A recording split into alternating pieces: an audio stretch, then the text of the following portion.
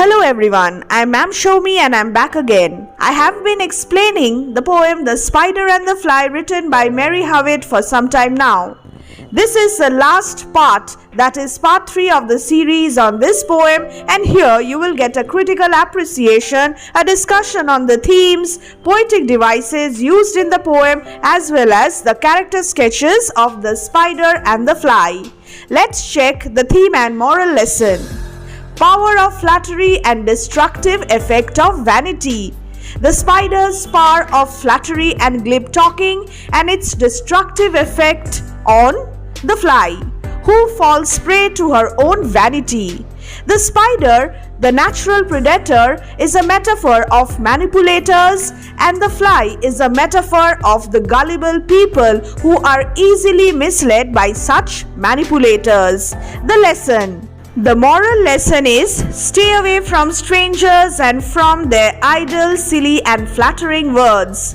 This poem is a cautionary tale against flatterers who use flattery and charm to disguise their real intentions. This poem is a fable and there are elements of didacticism in this poem. Anthropomorphism is a crucial feature of this poem, and you will get all the details in the part 1 of the series on this poem. Now, the poetic devices used in the poem. The first figure of speech used in the poem is simile. A simile is a figure of speech in which a likeness between two different things is stated explicitly, that is, directly, using the words as or like. For example, your eyes are like the diamond bright, but mine are dull as lead. Check that out. Here the fly's eyes have been compared to a diamond and the spider's eyes have been compared to dull lead. While in a simile the comparison is explicit, in a metaphor the comparison is implicit or indirect. Here, the spider is a metaphor of cunningness and the fly is a metaphor of naivety and gullible people.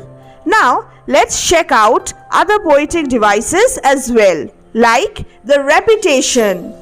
Repetion, and what is it? It is a word, phrase, sentence or poetical line repeated to emphasize its significance in the text. For example, "Oh no, no," said the fly, "for I have often heard it said, they never, never wake again who sleep upon your bed."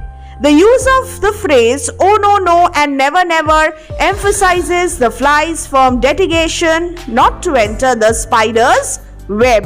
So I hope you have understood the use of repetition. Another example is when the spider eagerly calls out, "Come hither, hither, pretty fly." You will find that in the text.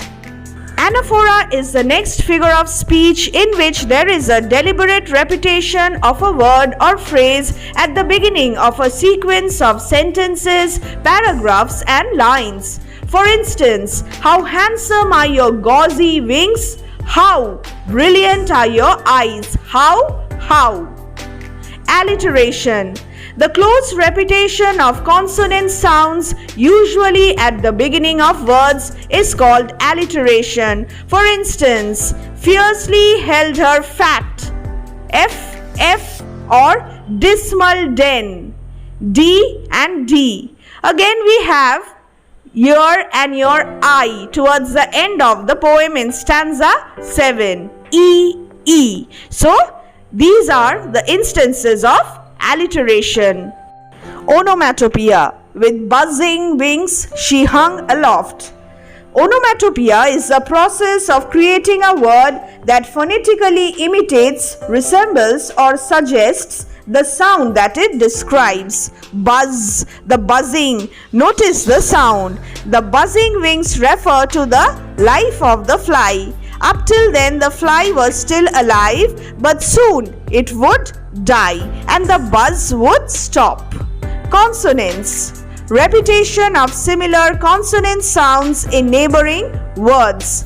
'Tis the prettiest little parlor. Notice the T sound, 'tis. I'm sure you're very welcome. Will you please to take a slice? V and W sound. Idly, silly, flattering, talk.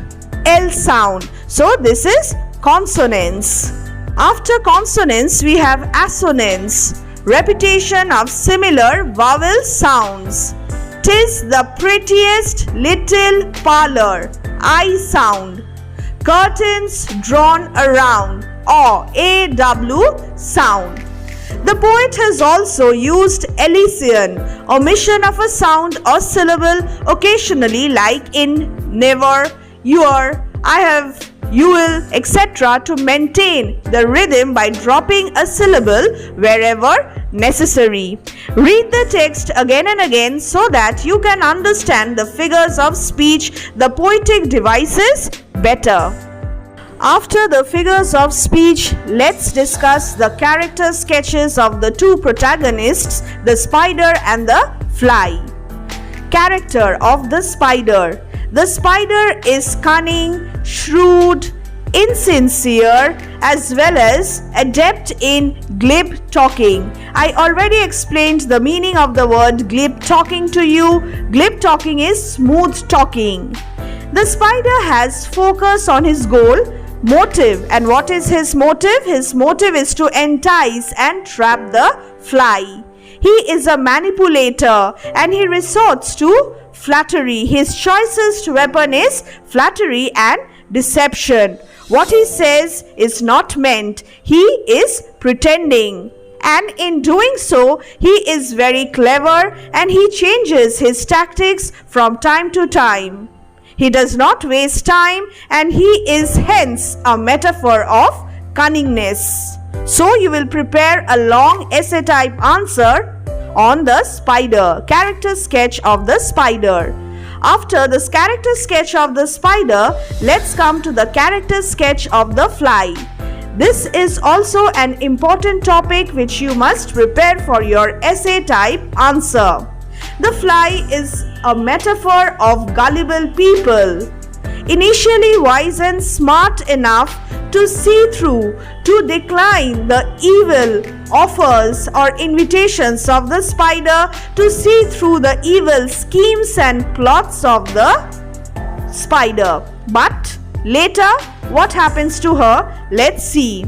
She is blinded by her own vanity. She is mesmerized by the thoughts of her own beauty and hence becomes vulnerable and therefore doomed.